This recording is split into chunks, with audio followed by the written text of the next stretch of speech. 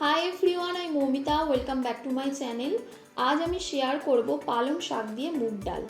এটা খুবই ইজি আর হেলদি একটা রেসিপি।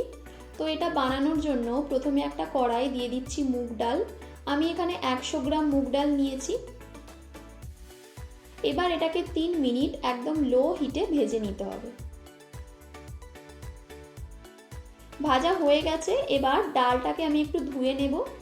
এরপর একটা কড়াই দিয়ে দেব 2 কাপ জল, দিচ্ছি হাফ চামচ নুন,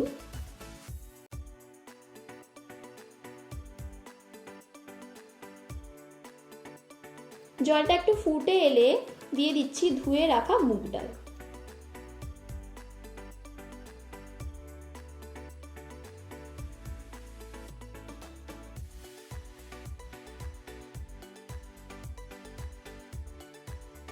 এরপর এটাকে ঢাকা দিয়ে লো হিটে 20 মিনিটের মতো সিদ্ধ করে নিতে হবে।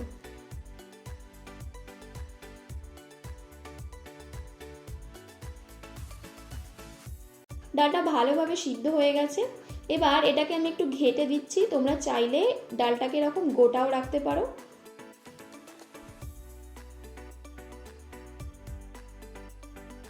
এরপর এটাকে সরিয়ে রেখে একটা কড়াইয়ে দিচ্ছি 1 কাপ জল,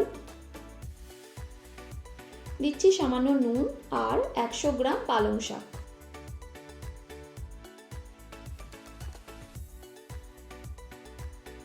শাকটাকে মিডিয়াম হিটে 1 মিনিটের মতো ভাপিয়ে নিতে হবে।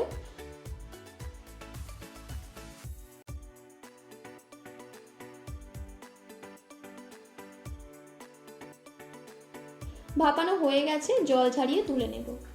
এরপর একটা কড়াইয়ে দিয়ে দিচ্ছি 2 চামচ সর্ষের তেল। তেলটা একটু গরম হয়ে এলে দিচ্ছি তেজপাতা, শুকনো লঙ্কা আর সামান্য গোটা জিরে। এগুলোকে কয়েক সেকেন্ড ভেজে নিয়ে দিয়ে দেব হাফ চামচ আদা বাটা। আদাটাকে একদম লো হিটে 1 মিনিটের মতো ভেজে নেব।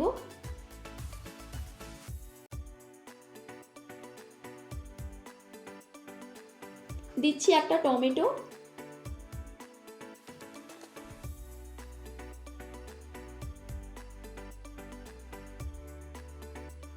টমেটোটাকে একটু নেড়ে চেড়ে দিচ্ছি সামান্য নুন,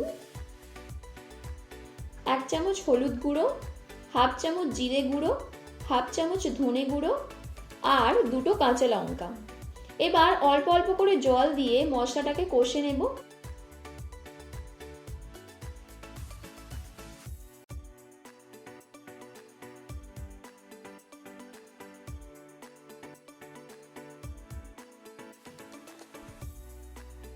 কষা হয়ে গেলে দিয়ে দেব সিদ্ধ করে রাখা পালং শাক।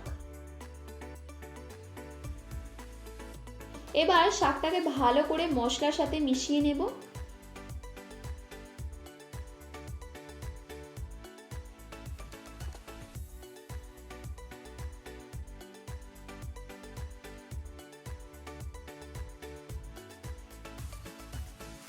মেশানো হয়ে গেলে দিয়ে দিচ্ছি সিদ্ধ করে রাখা ডাল। এখানে ডালটা অনেকটা ঘন হয়ে গেছে, তাই এর সঙ্গে 1 কাপ গরম জল দিয়ে দিচ্ছি। এবার এটাকে মিডিয়াম হিটে 2 মিনিটের মতো ফুটিয়ে নিতে হবে।